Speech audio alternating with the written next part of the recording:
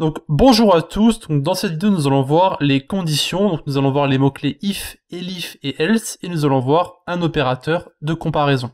C'est parti. Alors, aujourd'hui nous allons travailler dans notre éditeur de texte, donc je vous conseille de mettre en place VS Code si vous ne l'avez pas encore fait. Donc ici, voici à quoi ressemble une condition. J'ai créé une variable qui va s'appeler name, et ensuite on va faire des vérifications grâce à nos conditions. Donc if name égale Alex, alors les deux égales que vous voyez ici sont complètement différents.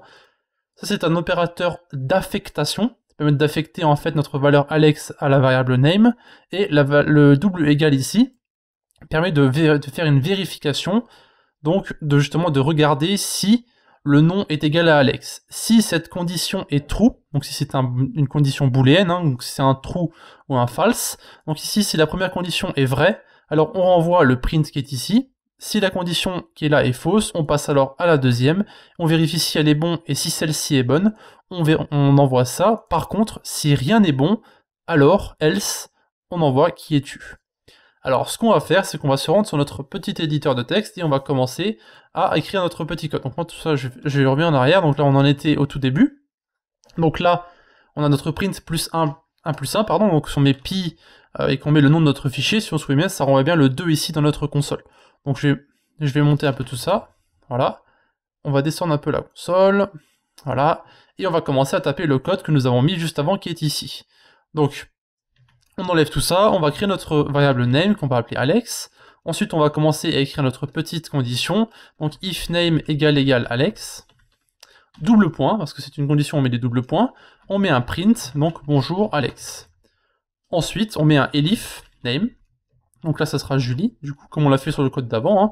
Double point, print, bonjour Julie. Et autrement, si tout ça n'est pas vrai, alors on met un else et on met print qui es-tu. Alors, il faut savoir que le else ici, enfin le if et le else seront toujours présents. Vous avez toujours une condition. Si ça c'est bon, alors ça. Autrement, si ça ce n'est pas bon, alors on renvoie ça. Donc le if et else sont toujours présents. Par contre, le elif ici c'est une condition rajoutée. Donc si ce code ici n'était pas là, ce n'est pas grave. Hein. Voilà. Par contre, le if et else sont obligatoires.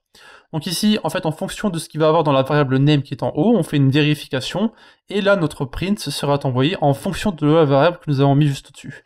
Donc là, si je mets pfirst.py, vous pouvez voir qu'il me renvoie bien bonjour Alex.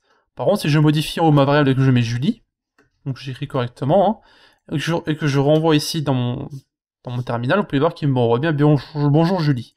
Par contre, si je mets Paul, par exemple, et que je renvoie ici, il me renvoie bien qui es-tu. Donc en fait, il va faire une vérification. Il va regarder la variable, il stocke la variable dans name, ensuite il va dans notre condition, si notre variable est égale à Alex, ce qui n'est pas le cas ici, alors il va passer à la ligne suivante. Il vérifie si name vaut Julie, ce n'est pas le cas, alors il passe à la ligne suivante, et du coup nous avons le else ici qui est maintenant renvoyé, donc le print qui es-tu. Voilà. Donc après, vous pouvez très bien rajouter une autre condition, donc par exemple vous pouvez mettre elif name égale Paul, alors on met par exemple print bonjour Paul. Voilà, et du coup ici maintenant si on met notre first PI, vous pouvez voir qu'il nous renvoie bien bonjour Paul. Alors que si par exemple, encore une fois, Justine, hop, on renvoie et là il nous dit bien qui es-tu. Alors les conditions, c'est quelque chose qui est extrêmement simple à apprendre, cependant on peut voir qu'ensuite là ce sont des choses qui sont plutôt simples, mais plus tard lorsque nous utiliserons les conditions pour tester des choses qui sont un peu plus compliquées, vous verrez que ça sera un peu plus complexe à utiliser, mais en tout cas, c'est important de savoir comment ça fonctionne et comment est-ce que le code fonctionne justement par rapport aux conditions. Voilà. Donc je vous invite à essayer avec d'autres choses. Hein. Vous pouvez très bien essayer avec des nombres, vous pouvez essayer avec des listes, enfin vous pouvez essayer avec plein de choses, vous pouvez mettre absolument plein de choses dans vos conditions, et vous verrez qu'on s'en servira justement beaucoup par la suite. Donc si vous avez des questions vis-à-vis des conditions, des booléens ou des opérateurs de comparaison qu'on verra par la suite, eh bien vous avez les commentaires de YouTube ou alors vous avez encore une fois le Discord de la communauté. On se voit dans la prochaine vidéo, c'était Alex, à la prochaine. De plus, n'hésitez pas à visiter nos différents réseaux, donc eux aussi dans la description, Discord, notre blog, Facebook, Twitter, Google+, etc.